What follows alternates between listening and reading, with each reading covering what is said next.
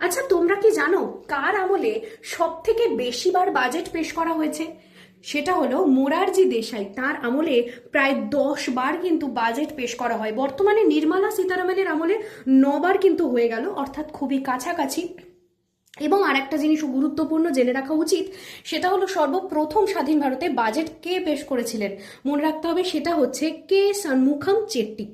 আচ্ছা, তোমরা বলতে পারবে যে ভারত এই যে টোটাল আর্থিক যে বিষয়টা নিয়ে আমরা দেখি বাজেট পেশ হলো বা কিছু, ভারত যদি বলে ওয়ার্ল্ড ওয়াইড তার অর্থনৈতিক দিক থেকে এক্স্যাক্টলি কতটা জায়গায় রয়েছে?